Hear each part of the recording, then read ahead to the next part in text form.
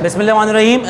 Today we are going to continue chapter number 1 second year chemistry the periodic table, और इसमें हम लोग starting करेंगे लास्ट जो हमने स्टडी किया था लॉ ऑफ ट्राइड स्टडी कर लिया था, अल्लादिस कॉन्ट्रीब्यूशन स्टडी कर ली थी, और हमने न्यूलैंड्स लॉ ऑफ ऑक्टेव। अब स्टार्टिंग करेंगे Lothar's Meyer classification. Lothar Meyer's classification.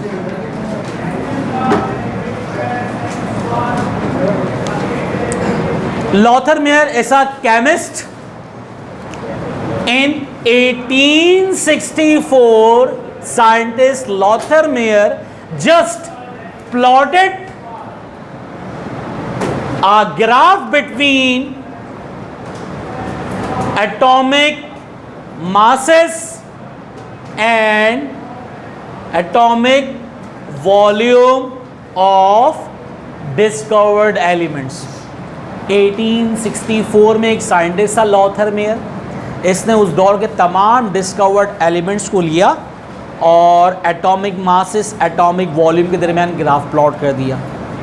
अब ग्राफ किस तरीके से प्लॉट किया और उसमें प्रॉपर्टीज़ में या एटॉमिक मासेस में क्या रिलेशन पाया गया, ज़रा ये देख लेते हैं। देखिए ये ग्राफ प्लॉट किया इसने।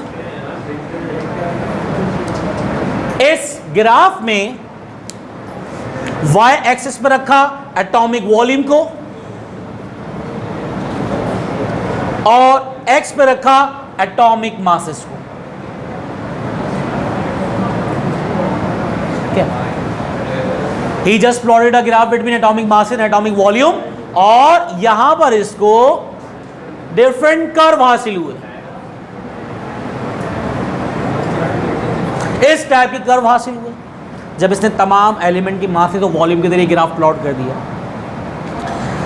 तो according to Lothar Meyer classification there must be a relationship between atomic masses and properties of element.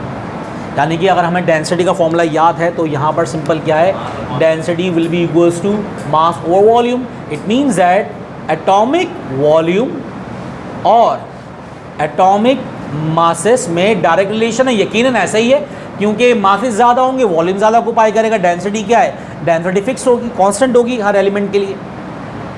यहां पर अगर हम इस कर्व को इस तरह देखें, ये हमारे पास एक कर्व हासिल हुआ। According to Lothar Meyer classification element की प्रॉपर्टीज और एटॉमिक मासेस में खास रिलेशन था, क्योंकि सेम प्रॉपर्टीज वाले एलिमेंट्स ऑक्युपाई कर रहे थे same position in curve. For example peak position पे ग्रुप 1A के एलिमेंट्स हैं जिनको हम कहते हैं alkali metals. Increasing ascending position में ग्रुप 7A के एलिमेंट्स जिनको हम कहते हैं हैलोजेंस, और डिसेंडिंग में ग्रुप 2A के एलिमेंट्स जिनको हम कहते हैं अल्कलाइन अर्थ मेटल्स।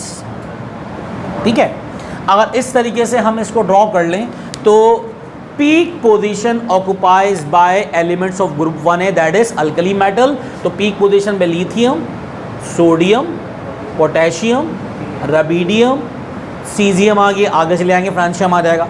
और असेंडिंग पोजीशन में ग्रुप 7 है। असेंडिंग मतलब ये आ गया फ्लोरीन, क्लोरीन, ब्रोमीन, आयोडीन, एसिडीन। और जो डिसेंडिंग पोजीशन है वहां पर कौन है, ग्रुप 2A के element that is alkaline earth metals. Descending में beryllium, magnesium, calcium, barium, strontium, radium सारे आ गए।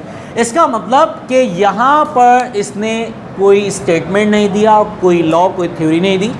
इसने जस्ट उस दौर के जितने डिस्कवर्ड एलिमेंट थे उनके दरमियान, उनके एटॉमिक मासेस एटॉमिक वॉल्यूम के दरमियान ग्राफ प्लॉट किया, और ग्राफ प्लॉट करने के बाद ये इस नतीजे पे पहुंचा कि there must be a relationship between atomic mass and atomic volume of elements, because those elements which have similar properties occupy same position in curve।